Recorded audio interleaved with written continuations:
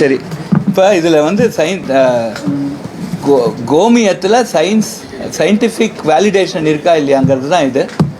நாங்கள் உங்கள் எல்லாருக்கும் ஒரு 5 பேப்பர் ஒரு பேட்டன்ட் டாக்குமெண்ட் அனுப்புகிறேன். ஏன்னா 5 ரிசர்ச் பேப்பர் பப்ளிஷ்டு அமெரிக்காவில், பப்ளிஷ்டு நேச்சர் ஜேர்னலில் அந்த 5 பேப்பரை அனுப்புகிறேன். இப்போ வாட்ஸ்அப்பில் உங்களுக்கு லிங்க் அனுப்புகிறேன். ஒரு பேட்டன்ட்டும் யூஎஸ் பேட்டன்ட்டும் அனுப்புகிறேன். அதில் நான் சொன்ன அந்த anti fungal, anti bacterial and anti inflammatory properties இருக்குது, கோமியத்தில் இருக்குதுன்னு சயின்டிஃபிக்காக ப்ரூவ் பண்ணியிருக்காங்க. இதுதான் அன்றைக்கி சொன்னது. அதுக்கு நான் உங்களுக்கு எல்லா இது பண்ணுறேன். நீங்கள் அதை பார்த்து படிச்சுக்கோங்க. ரொம்ப சிம்பிள் லாங்குவேஜில் இருக்குது, நீங்கள் பார்த்து படிச்சுக்கோங்க. அதான் அதோட ப்ராப்பர்ட்டிஸ் இருக்குது இல்லையா. இப்போ அதில் இப்போ இந்த anti fungal, anti bacterial, anti inflammatory properties அது அதில் இருக்கா இல்லையாங்கிறது சயின்டிஃபிக்காக வேணும்.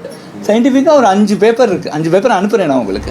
உண்மையா பார்த்துருவாங்க. இதை மத ரீதியாலாம் பார்க்க வேண்டாம், என்கிட்ட சண்டைக்கு வராதிங்க. சயின்டிஃபிக்காக மட்டும் அனலைஸ் பண்ணலாம், சரிங்களா? இது ஒரு பேப்பரில் வந்து ஆல்ரெடி வந்து பப்ளிஷ் ஆகிருக்கு. அவங்க வந்து நிறைய ஸ்டடீஸ்லாம் போட்டு இது வந்து ஆன்டி பாக்டீரியல் எஃபெக்ட் இருக்குது, நிறைய ரெசிஸ்டன்ட் பாக்டீரியாவெலாம் கொள்ளுது அப்படின்லாம் வந்து பப்ளிஷ் பண்ணியிருக்காங்க. உடனடி இதை பார்த்து தான் பாவம் நம்ம ஐஐடி சென்னையோட டைரக்டர் ஏமாந்துட்டாருங்க. முக்கியமாக இது மாதிரி தெரிஞ்சுக்க வேண்டிய விஷயம் என்னன்னா, இதெல்லாம் இன் விட்ரோ ஸ்டடீஸ் அப்படின்னு சொல்லுவாங்க. அப்படின்னா என்னது? அதாவது ஒரு கல்ச்சர் பிளேட்டில் பாக்டீரியாவெல்லாம் போட்டு அது மேலே நம்ம ஆன்டிபயோட்டிக் போட்டு சாகடிக்குதான்னு பார்ப்பாங்க.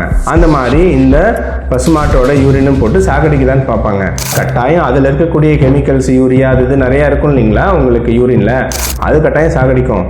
ஆனால் இன் வைவோ அப்படிங்கிற ஒரு கான்செப்டை புரிஞ்சுக்க மாட்டேங்கிறாங்க. அப்படின்னா என்னென்னா, இப்போ நீங்கள் ஒரு மாத்திரையாக ஒரு பொருளை உட்கொள்ளும் போது அது வயிற்றுக்கு போய் ஜீரணாகி ரத்தத்தில் கலந்து உடம்புல எங்கேயாவது இருக்கக்கூடிய கிருமியை அழிக்குதாங்கிறது தான் கேள்விங்க.